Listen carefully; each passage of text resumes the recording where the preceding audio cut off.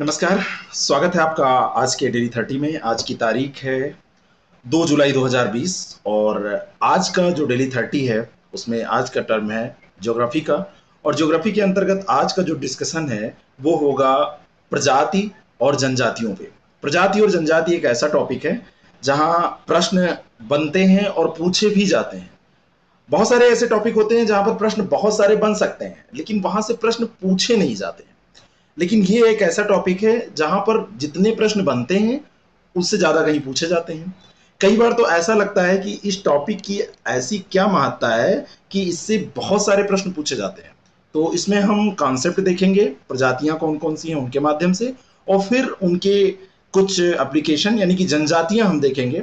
वो ज्योग्राफी की भाषा में वो हो सकता है एप्लीकेशन, लेकिन यहाँ पे तो डायरेक्टली प्रश्न ही होता है। चलिए शुरू करते हैं और लेते हैं पहला प्रश्न। भारत में आने वाला सबसे पहला प्रजातीय समूह कौन सा था? भारत में आने का मतलब यह है कि भारत में जब से प्रजातियां पाई जाती हैं, हम लोगों का जब से उद्भव हुआ था, जो पूर्वज थे हमारे, वहां से कुछ हम बातें शुरू करें तो भारत में जो प्रजातीय समूह है उनमें सबसे पहले कौन सा आया, ये प्रश्न पूछा जा रहा है। तो ये था निग्रिटो। निग्रिटो के बारे में अगर हम बात करें तो इनका बसाव केरल के पहाड़ी भागों में तथा अंडमान जो द्वीप समूह है उसमें इनका बसाव शुरू में हुआ। और वहां पर फिर धीरे धीरे इनका जो है धीरे धीरे ये फैल गए। ऐसे ही होता है कि पहले एक जगह पे लोग पहुंचते हैं फिर धीरे धीरे फैलते हैं। तो ये निग्रेटो थे। निग्रेटो पे और भी प्रश्न है इसलिए यहां पर ज्यादा व्याख्या नहीं। सी ऑप्शन इसका करेक्ट हो जाएगा। अगला प्रश्न है कि निग्रेटो से मिलती जुलती जनजातियां जो भारत में पाई जाती हैं वो कौन सी हैं? निग्रेटो से जो मिलती जुलती जनजातियां भारत में हैं उन जनजातियों में इरूला है, पुलियान है, कडार है। ये सारी की सारी जनजातियां जो हैं ये निग्रेटो से मिलती जुलती हैं। ये तीनों हो जाएंगी, इसलिए इसका सही उत्तर हो जाएगा डी, उपर्युक्त सभी। तो केरल में इनका बसाव हुआ और ये जो पुलियान है और कडार हैं और साथ में ये जो इरूला हैं, ये सब वहां पर अभी भी पाई जाती हैं। ठीक है। अगला प्रश्न, निग्रेटो प्रजाति के लोगों की शारीरिक विशेषता के बारे में असत्य विकल्प की पहचान करना है कि निग्रेटो के बारे में क्या सही नहीं है। इनकी त्वचा काली होती है, ब्लैक कलर के होते हैं, सही है। ऊन की तरह इनके बाल होते हैं, ये भी सही है। जबड़ा अंदर धसा हुआ, तो इनका जबड़ा जो होता है वो जबड़ा अंदर धसा हुआ नहीं, बाहर निकला हुआ होता है, ये गलत है। तीसरा सी इसका उत्तर हो जाएगा। और चौड़ी और समतल नाक इनकी होती है। ये इनकी शारीरिक विशेषताएं पाई जाती हैं। तो इन विशेषताओं को आप ध्यान में रखिए, कभी भी ये विशेषताएं आपसे पूछी जा सकती हैं। यूपीएससी का एग्जाम अगर आप दे रहे हैं तो वहां पर यह प्रश्न बहुत इंपॉर्टेंट हो जाता है। अगला प्रश्न है कि राजमहल से अरावली की पहाड़ी श्रृंखला तक मध्य भारत में किस प्रजाति के लोगों का फैलाव है? कौन सी प्रजाति है जो पाई जाती है इस क्षेत्र में, राजमहल से अरावली की पहाड़ी की श्रृंखला तक? ये प्रश्न आपसे जब भी पूछा जाए तो प्रोटो ऑस्ट्रेलाइड आपको टिक करना है। यहां पर जो भी प्रश्न होते हैं उसमें मुख्य तौर पर क्या पाया जाता है, यही प्रश्न होता है। क्योंकि आपको पता है कि आज का जो समय है उसमें हर तरह के व्यक्ति हर जगह पाए जाते हैं। आप दिल्ली चले जाइए, हर चीज का उदाहरण आपको वहां पर मिल जाएगा, हर क्षेत्र के लोग आपको मिल जाएंगे। तो यहां पर जो बात हो रही है वहां पे बेसिकली वो कहां पर शुरू में पाए जाते थे या मुख्य रूप से कहां पर पाए जाते हैं, यही बात होती है। तो ए ऑप्शन इसका बिल्कुल करेक्ट हो जाएगा। और जो प्रोटोआस्टलाइट होते हैं, प्रोटोआस्टलाइट पे और भी प्रश्न यहाँ पर हमने डिस्कस किए हैं, वहां से हम समझ लेंगे। अगला प्रश्न जो है वो प्रोटोआस्टलाइट के बारे में अगर हम थोड़ी सी व्याख्या यहाँ पे कर दें, थोड़ा सा मैं आपको बताना चाहता हूं कि जो प्रोटोआस्टलाइट होते हैं, प्रोटोआस्टलाइट को आद्य ऑस्ट्रेलियाई के नाम से भी जाना जाता है, ये आप जान गए। और निग्रेटो पहले थे और निग्रेटो के बाद में जो आने वाले लोग थे वो क्या थे, प्रोटोआस्ट्रेलाइट ही थे, है ना। बाद में जो दूसरे स्थान पर आए वो यही थे। और ऑस्ट्रेलियन एबोर्जिन्स जो पाए जाते हैं उन्हीं का माना जाता है कि यही ऑस्ट्रेलियन एबोर्जिन्स जो थे वो इनके स्रोत थे। राजमहल से अरावली की पहाड़ी श्रृंखला तक ये बसे हुए पूरा इनका ये क्षेत्र था। संथाल, भील, गोंड, मुंडा, उराव, ये जो जनजातियां हैं ये इसी समूह से संबंधित हैं। शारीरिक रूप से ये निग्रेटो से कई प्रकार से भिन्न भी होते हैं। इनके बाल ऊन की तरह नहीं होते हैं, इनके बाल मोटे और खड़े होते हैं। और माना जाता है कि भूमध्य सागरीय प्रजाति के साथ में इन्होंने मिलकर सिंधु घाटी जो सभ्यता है उसका डेवलपमेंट किया था। और मोहनजोदड़ो और हड़प्पा की जब खुदाई हुई तो जो अवशेष मिले उनमें इनके भी अवशेष मिले हैं। इतनी व्याख्या बहुत है। अगला प्रश्न है कि निम्नलिखित कथनों पर विचार कीजिए। इस एक प्रश्न छूट रहा है, ये वाला प्रश्न पहले देख लेते हैं कि इस प्रजाति की त्वचा का रंग पीला या लगभग पीला, कद छोटा, सिर तुलनात्मक दृष्टि से बड़ा, आंखें अधखुली, चेहरा चपटा और नाक फैली होती है। इतनी विशेषताएं आपको बताई गई किसी प्रजाति के बारे में। उपयुक्त विशेषताओं के आधार पर प्रजाति की पहचान करना है कि ये प्रजाति है कौन सी, इस प्रजाति को आप क्या कहेंगे। तो ये जो प्रजाति है जिसकी ये विशेषता लिखी हुई है, ये प्रजाति है मंगोलाइट। मंगोलाइट के बारे में ये सारी विशेषताएं सही लिखी हुई हैं। भारत के उत्तर पूर्वी और पूर्वी पर्वत श्रेणियां जो पाई जाती हैं, वहां के जो दर्रे पाए जाते हैं, वहां से होकर के ये भारत आए। और यहाँ के जो लोग हैं वो हिमालय के क्षेत्र में आपको मिलेंगे, लद्दाख में मिल जाएंगे, सिक्किम में मिल जाएंगे, अरुणाचल प्रदेश में मिल जाएंगे, उत्तर पूर्वी भारत में भी ये संकेंद्रित आपको मिल जाएंगे। बाकी ये विशेषताएं लिखी हुई हैं, सारी सही हैं। अगला प्रश्न है, दो स्टेटमेंट है। पैलियो मंगोलाइट मुख्यतः हिमालय के सीमावर्ती इलाकों में बसे हुए हैं। और दूसरा है कि तिब्बती मंगोलाइट तिब्बत से आए और मुख्यतः भूटान, सिक्किम तथा उत्तरी पश्चिमी हिमालय तथा हिमालय पार के क्षेत्रों में बसे हैं। मंगोलाइट को दो भागों में हम दो प्रकारों में मुख्य तौर पर बांट सकते हैं, एक है पैलियो मंगोलाइट और एक है तिब्बती मंगोलाइट। पैलियो मंगोलाइट के बारे में जो पहला कथन है बिल्कुल सही है, और दूसरा कथन जो तिब्बती मंगोलाइट के बारे में है वो भी बिल्कुल सही है। इस तरीके से इस प्रश्न का सही उत्तर सी हो जाएगा। ये विशेषताएं याद करने की हैं, थोड़ा बहुत समझिए, याद कर लीजिए, प्रश्न आपका सही हो जाएगा। अगला प्रश्न है कि भूमध्य सागरीय का भारत में आगमन हुआ। जो भूमध्य सागरीय जनजाति थी, यहाँ पर प्रजाति थी, यहाँ प्रजाति आप एक शब्द लगा दें तो थोड़ा सा ज्यादा सही हो जाएगा, ये गलत है ऐसे। भूमध्य सागरीय प्रजाति का भारत में आगमन हुआ था। तो आगमन कहां से हुआ था? यूरोप से हुआ था या दक्षिण पश्चिम एशिया से, अफ्रीका से, ऑस्ट्रेलिया से, कहां से हुआ था? तो दक्षिण पश्चिम एशिया से भूमध्य सागरीय जो प्रजाति थी उनका आगमन हुआ। तीन प्रकार के ये होते हैं, पैलियो मेडिटेरेनियंस और ओरिएंटल मेडिटेरियंस। ये तीन इसके पार्ट होते हैं, तीन वर्गों में इनको बांटा जाता है। जो पैलियो वाले हैं ये भूमध्य सागरीय, पूरा भूमध्य सागरीय क्षेत्र, और मेडिटेरियंस ये भूमध्य सागरीय क्षेत्र, और ओरिएंटल जो मेडिटेरेनियंस हैं ये प्राच्य भूमध्य सागरीय जो क्षेत्र है वहां पर पाए जाते हैं। तो बी ऑप्शन इसका करेक्ट हो जाएगा। नेक्स्ट क्वेश्चन है कि भारत में आने वाला यह सबसे अंतिम प्रजातीय समूह है। किस समूह के बारे में यह बात की जा रही है? भारत में जो सबसे अंत में आया, निग्रेटो सबसे पहले आए थे ए ऑप्शन पे जो दिए हैं, लेकिन जो नार्डिक थे सी ऑप्शन पे जो दिया है, नार्डिक जो थे ये भारत में सबसे बाद में अंतिम प्रजातीय समूह है जो भारत में आया था। टैगा और बाल्टिक प्रदेश से ये आए थे, आर्य भाषा बोलने वाले परिवार से संबंधित थे, लंबा सिर होता था, रंग गोरा होता था, नाक तीखी होती थी, शरीर सुविकसित एवं सुदृढ़ होता था। ये ईसा से 2000 वर्ष पूर्व भारत में आए थे। और इस प्रजाति से जो जुड़े लोग हैं उनका मुख्य संकेंद्रण देश के उत्तर पश्चिमी भाग में है। पंजाब, हरियाणा, राजस्थान, जम्मू में इस प्रकार के लोग ज्यादा पाए जाते हैं। ठीक है, चलिए अगले प्रश्न पे चलते हैं। नार्डिक प्रजाति के संबंध में दो स्टेटमेंट दिए हैं। पहला है कि ये आर्य भाषा बोलने वाले परिवार के थे, मैंने व्याख्या में बताया, बिल्कुल सही है। और इस प्रजाति से जुड़े लोगों का मुख्य संकेंद्रण यहाँ पर दिया है उत्तर पूर्व भाग में है, तो ये गलत हो गया। देखिए तुरंत जो हमने डिस्कस किया उसी पर यह प्रश्न है, तो यहां पर आप जान सकते हैं कि ये उत्तर पूर्व नहीं उत्तर पश्चिम भारत से रिलेटेड थे। तो दूसरा स्टेटमेंट यहां पर गलत हो जाएगा, पहला स्टेटमेंट बिल्कुल सही हो जाएगा। प्रैक्टिस जितना ज्यादा आप करेंगे प्रश्न आपके उतने ही ज्यादा एक्यूरेट होंगे, उतनी ही ज्यादा एक्यूरेसी आप में आएगी। और निगेटिव मार्किंग में सबसे ज्यादा जरूरी यही है कि आप भले कम प्रश्न करें लेकिन जो करें वो सही करें। नहीं तो आप एक प्रश्न सही करेंगे, 1/3 निगेटिव मार्किंग में 3 प्रश्न गलत करेंगे, आपका स्कोर 0 हो जाएगा। अगला प्रश्न, तो डरना नहीं है, प्रैक्टिस करना है। प्रैक्टिस कैसे भी करिए, पुराने पेपर उठा के देखिए, यहां पर जो आप पढ़ रहे हैं उसको पढ़िए, कहीं से भी आप टेस्ट सीरीज ज्वाइन करिए, कुछ भी प्रैक्टिस करिए, लेकिन करते रहिए। रोज 100-150 प्रश्न आपको सॉल्व करने ही चाहिए अगर आप प्रीलिम्स की तैयारी कर रहे हैं, अभी बिगिनर हैं। नार्डिक समूह के लोगों की शारीरिक विशेषताओं के बारे में सही विकल्प है। शारीरिक विशेषताएं कौन सी जो हैं जो इसमें पाई जाती हैं नार्डिक समूह में? इनका सिर लंबा होता है, रंग गोरा होता है, नाक तीखी होती है यानी उठी हुई नाक पाई जाती है। ये तीनों की तीनों विशेषताएं सही हैं, डी ऑप्शन इसका करेक्ट है। ये भी व्याख्या में हमने डिस्कस किया था।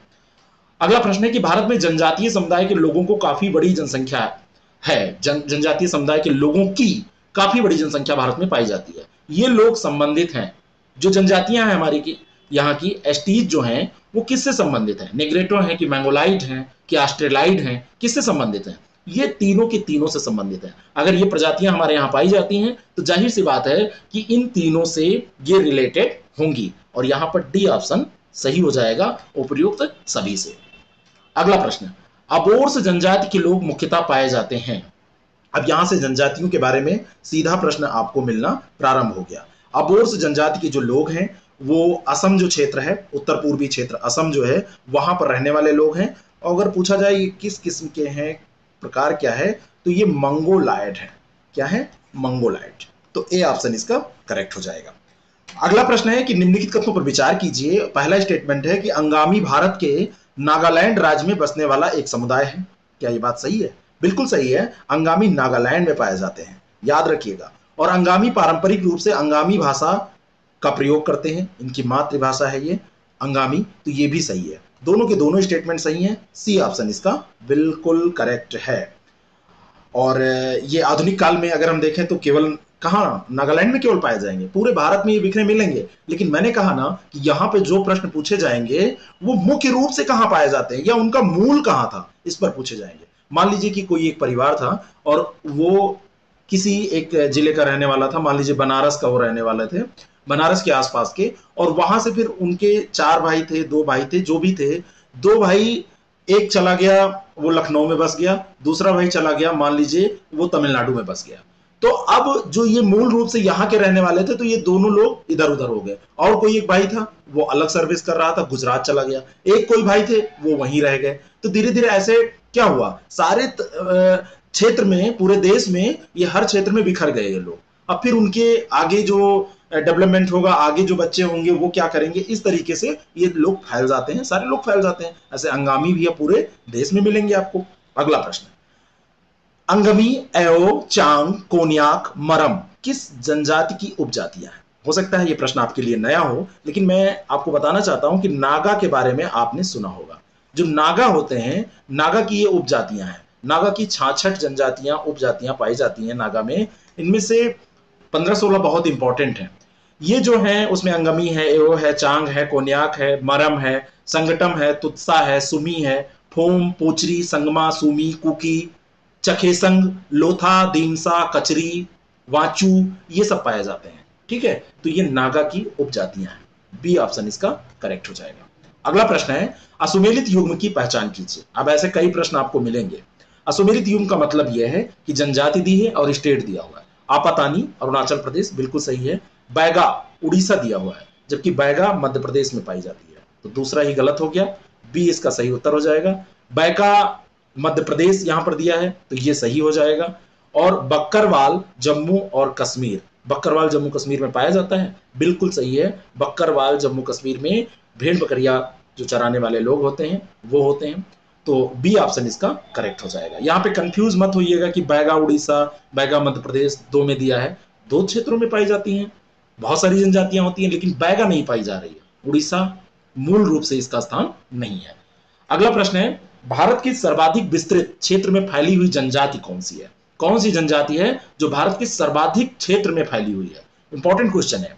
और ये जो जनजाति है वो भील है।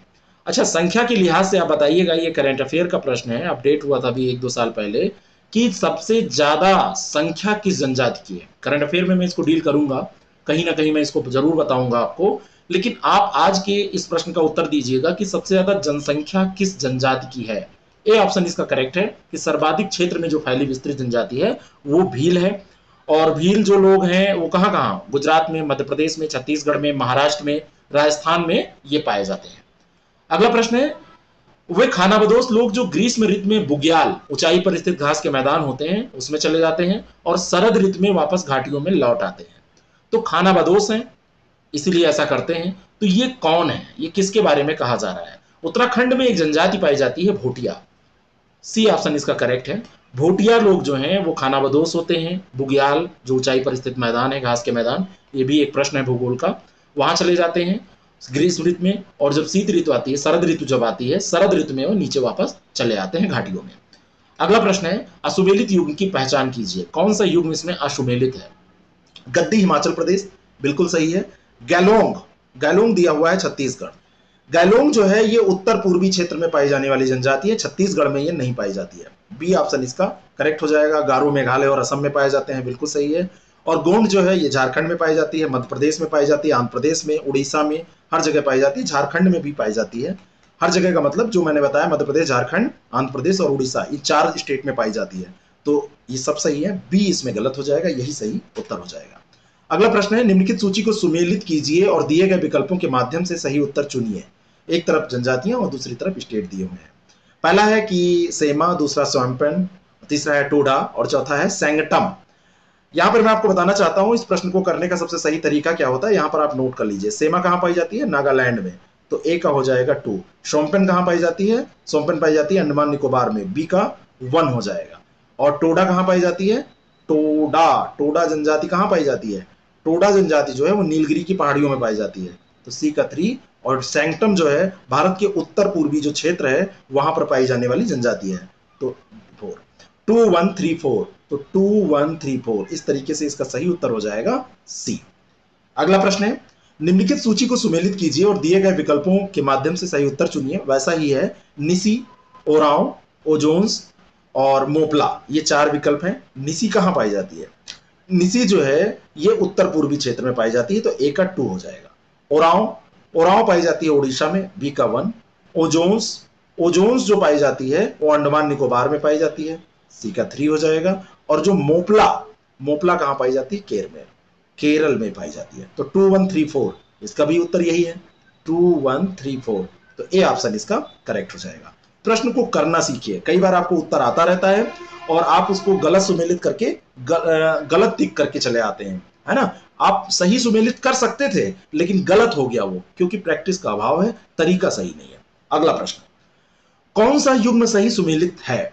यहां पर आपको 4 युग्मों में से एक सुमेलित युग्म दिया गया है, बाकी असुमेलित है। लाहौला, लाहौला हिमाचल प्रदेश में पाई जाती है, बिल्कुल सही है, लाहौला हिमाचल प्रदेश में पाई जाती है। दूसरा है मुरिया, मिजोरम दिया हुआ है।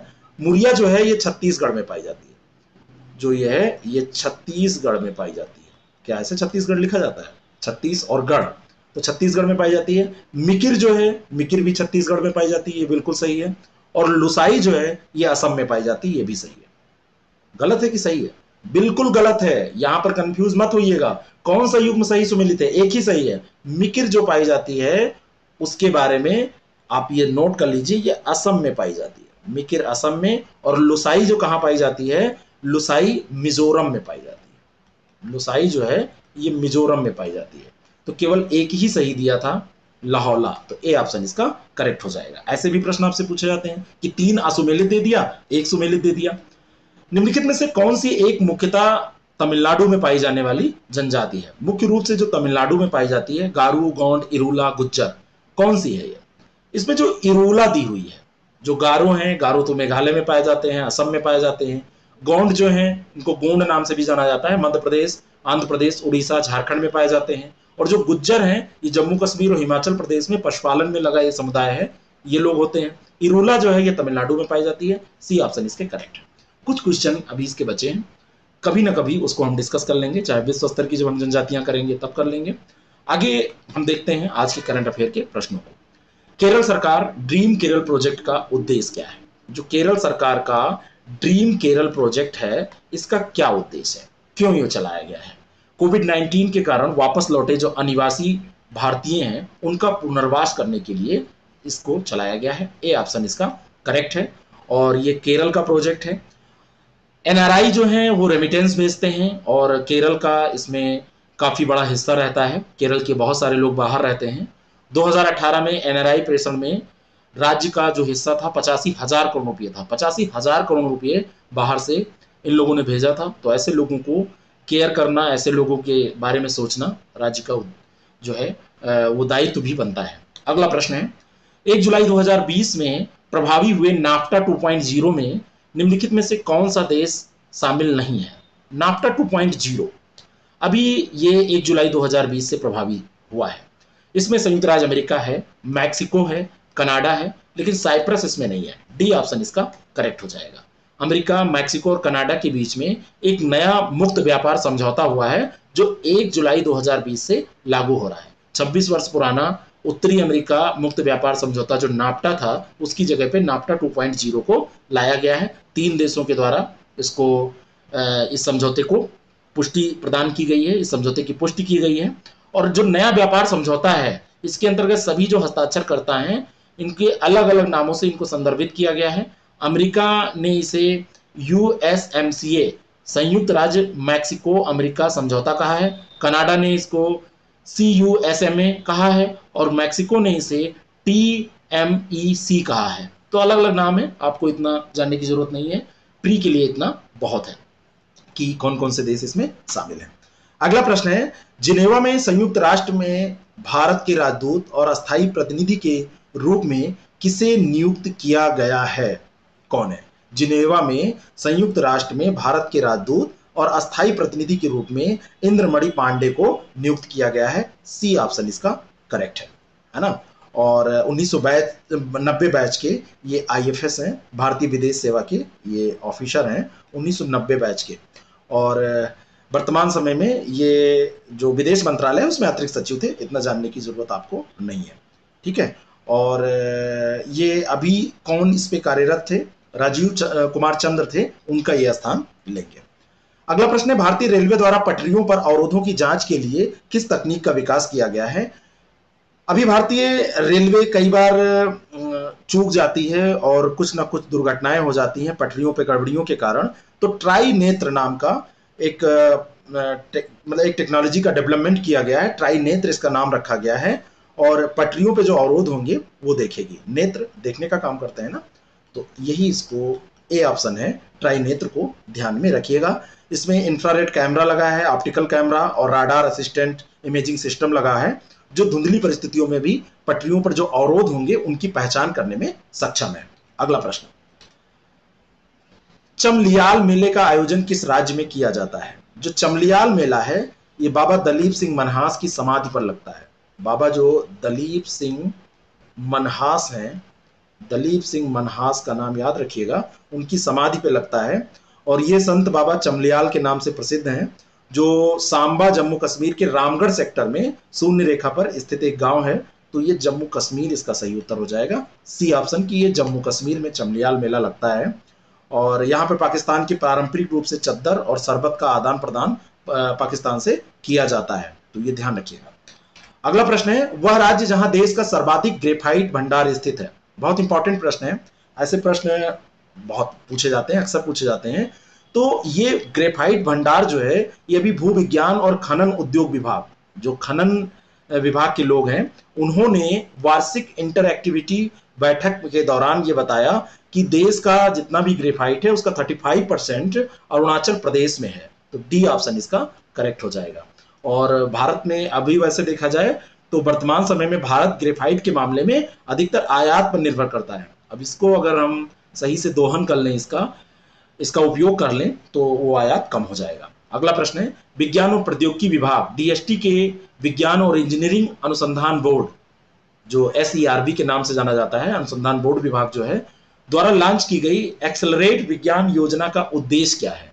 इस योजना का जो उद्देश्य है, देश में उच्च वैज्ञानिक शोध को बढ़ावा देने हेतु एक एकल मंच बनाना। क्या करना? एकल मंच बनाना। तो इसका सही उत्तर बी हो जाएगा। और DST विज्ञान और प्रौद्योगिकी विभाग जो है उसके अंतर्गत इसका विकास जो किया जा रहा है सर्व के अंतर्गत, इसमें एकल मंच बनाया जाएगा जिसमें उच्च वैज्ञानिक शोध को बढ़ावा दिया जाएगा और विद्वानों और छात्रों के लिए इंटर्नशिप और क्षमता निर्माण कार्यक्रम का आयोजन इसके अंतर्गत किया जाएगा। बी ऑप्शन इसका करेक्ट है। और अंतिम प्रश्न है, इसके पहले मैं आपको बताना चाहता हूं कि अगर आप BO का एग्जाम दे रहे हैं या RO का एग्जाम दे रहे हैं या UP PCS का आप एग्जाम दे रहे हैं, तो आप हमारी टेस्ट सीरीज हमारी टीम के द्वारा तैयार की गई है, उसका लाभ उठा सकते हैं। इसके लिए आपको हमारी वेबसाइट uppsctarget.com या हमारे ऐप को आप डाउनलोड कर लीजिए, IAS प्रेप अकेडमी के नाम से प्ले स्टोर पर है, उस पर विजिट करना होगा, या हमको 6307281212 पर व्हाट्सएप करके जानकारी आपको मिल सकती है। आपको व्हाट्सएप करना होगा जो भी आपको कोर्स चाहिए, तो वहां पर आप उसको ज्वाइन कर सकते हैं। बाकी कोई दबाव नहीं है, आपका मन हो तो ये मात्र एक सूचना है। अंतिम प्रश्न है कि हमारा घर हमारा विद्यालय अभियान किस राज्य सरकार द्वारा शुरू किया गया है? हमारा घर हमारा विद्यालय अभियान मध्य प्रदेश राज्य सरकार के द्वारा शुरू किया गया है। ए ऑप्शन इसका करेक्ट है। और ये छात्रों को स्कूल जैसा माहौल प्रदान करने के लिए अभियान है। कोविड-19 संकट के दौरान कक्षा 1 से 8 तक के जो छात्र हैं, छात्र छात्राएं हैं, उनके लिए किया जा रहा है। और 6 जुलाई से ये अभियान शुरू कर दिया जाएगा कि हमारा घर हमारा विद्यालय, हमारे घर पे ही विद्यालय जैसा माहौल बन पाए। तो ये रहा आज का करंट अफेयर का और साथ में आज के डेली 30 के टॉपिक का पूरा सेशन। आपको ये कैसा लगा ज़रूर बताएं। पसंद आया तो लाइक का बटन आप क्लिक कर सकते हैं, दबा सकते हैं और इसको शेयर कर सकते हैं उन लोगों तक जिनको आवश्यकता है इस कोविड-19 के दौर में घर से पढ़ाई करने के लिए ऐसी चीज़ों की। बाकी जल्दी हम आर का नया कोर्स लॉन्च कर रहे हैं और बहुत ही कम पैसे में उसको हम आपको प्रोवाइड कराएंगे। हिंदी का तो कंप्लीट कोर्स रहेगा, जीएस में भी जो हो सकेगा वो हम आपको जल्दी ही शेड्यूल बना के बता देंगे। Thank you very much, all the best.